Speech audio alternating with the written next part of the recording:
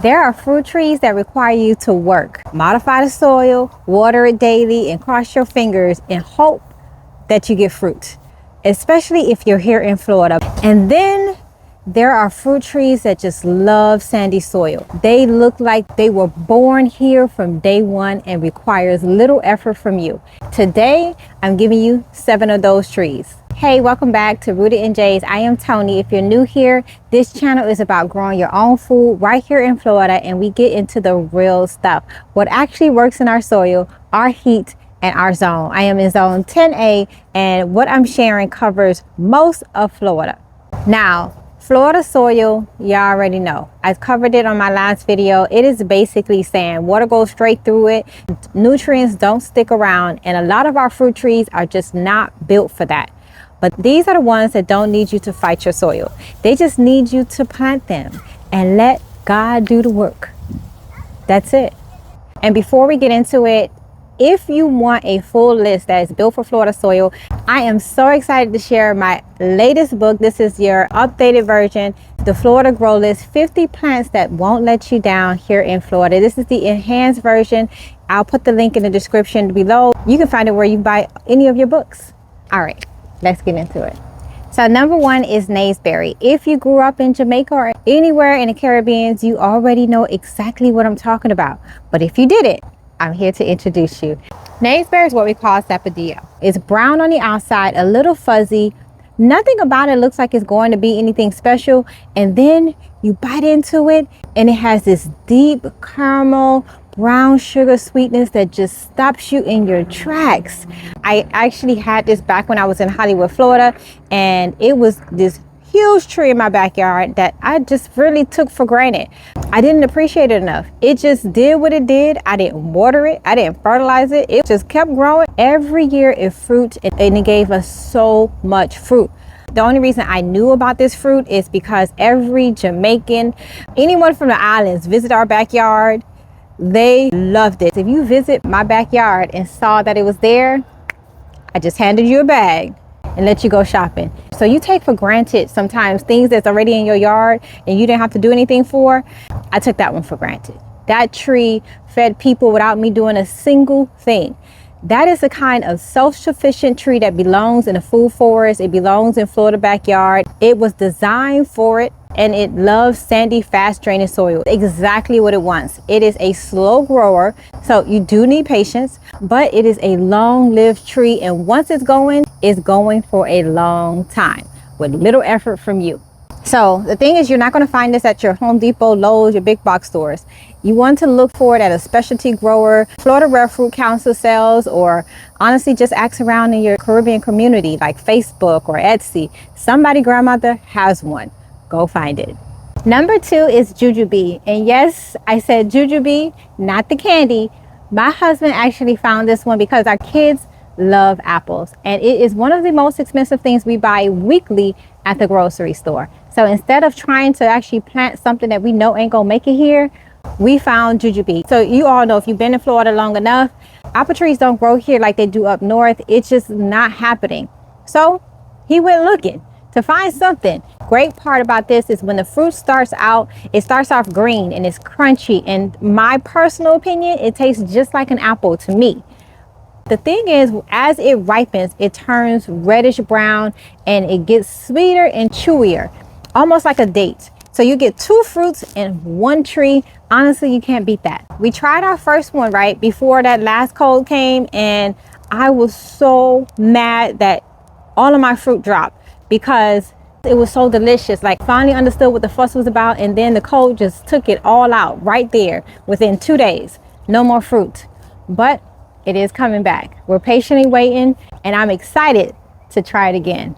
So Juju Bee is incredibly drought tolerant. It does really well in poor sandy soil, and it's not fussy. So if you got kids that want apples and you're tired of explaining why you can't grow them here in Florida, this is your answer. So number 3 is Logan. And if you ever tried to grow lychee and it just didn't work out here for you, I need you to stay with me right here.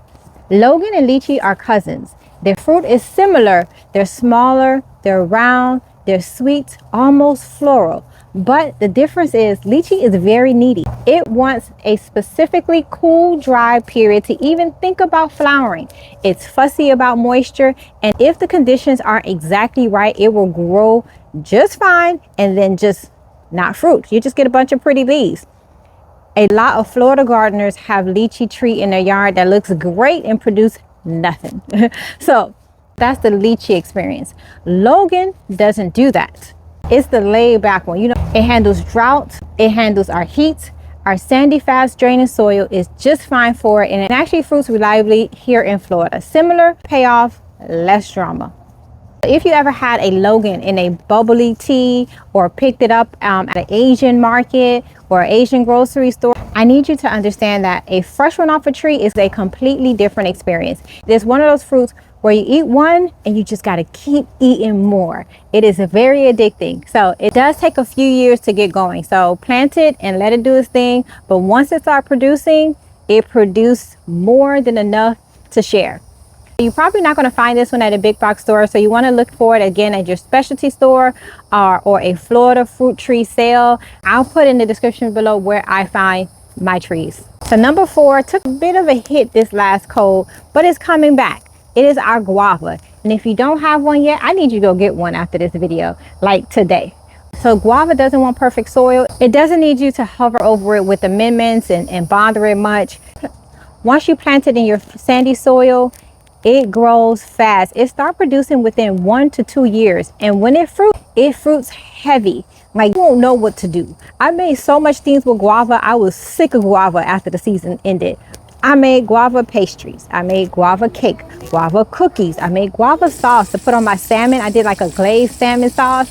I was just trying to find things to do with the guava. It was so much. It was an abundance. I gave out so much guava. But that's a good problem to have. There's some that I'm still waiting to fruit. Guava is not going to give you that problem, but it will give you another problem. I'm going to be completely honest with you because that's what we do here.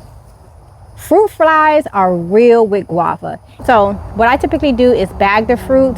You want to get ahead of it. It's an extra step, but it is worth it. Your fruit will come out clean and you don't have that problem.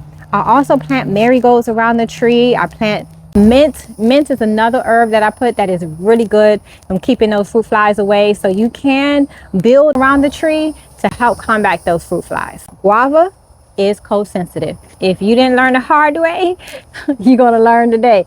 We are in zone 10A, so most winters you want to be ready to protect it, especially if it's young in Central Florida. We grow the pink guava, white guava, and strawberry guava, and we also got the lemonade guava. Just make sure you're getting the name variety from a reputable nursery so you know what you're actually bringing home, because you don't want a surprise when they find these fruits. Okay, no, we're not supposed to have a favorite child, but this one is my favorite child. Number 5 is Loquat. This one is so underrated, and I feel like I'm always talking about it. Until you grab it, I'm gonna still talk about it. I love it. It loves a well-drained soil. It handles Florida weird weather better than most of our tropical stuff that put out a fit if it's hot, if it's cold. It sits there looking beautiful throughout the year. You have evergreen leaves throughout the year. It looks good in the front yard, backyard. It don't matter. It's a beautiful tree even when it's not producing. It fruits in late winter into early spring. So around this time you start to see your fruit. The reason why I love it is because most of our trees aren't doing nothing this time of year, and this one will. So while you're waiting for everything else to wake up, Loquat is already handing you something to eat. The flavor is sweet, slightly tart, kind of like tropical.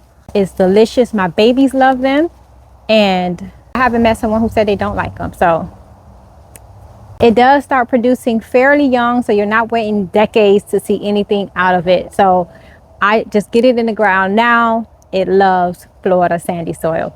All right, number 6 is figs. So the thing about figs is they don't want to sit in standing water. They don't want soggy roots. So our fast draining sandy soil is honestly close to ideal for them. So I heard they do great next to concrete. We have ours in pots, and we have some in the ground. So they're really flexible. Just make sure it has full sun, consistent watering while they're getting established, and then they're pretty much going to handle themselves. Once a fig tree is established and is settled, it produces twice a year in Florida. It's going to give you a smaller, earlier crop than a bigger main crop in the summer. fresh figs off of a tree are completely different from anything else in the store. They're soft, they're sweet, almost honey-like. And the tree itself is beautiful. They have these big, interesting leaves. They're great structure. They're worth having in any landscape. I personally love looking at them. They're very flexible wherever you put them. Number 7 is avocados. Did you hear me? Avocados. I know, but hear me out. Florida avocados are not the same as the ones in California. More people need to understand that. Florida avocados actually prefer sandy, well-draining soil. They would not tolerate sitting in water. So that's why they belong here in Florida. So you want to get a grafted tree because a grafted avocado can start producing in 3 to 4 years. And if you have the space for it, you want to plant 2 different varieties because you'll get better yield. And the food independence, like, come on.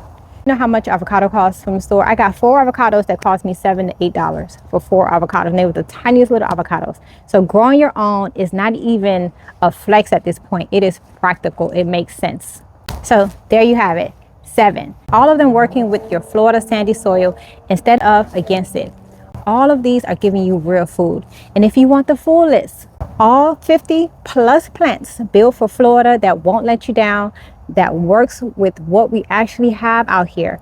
I put them all in my book, Your Florida Grow List. There's a lot of plants that let us down. I got 50 that won't. This is the enhanced version. It is out now. The link is right below, so grab your copy.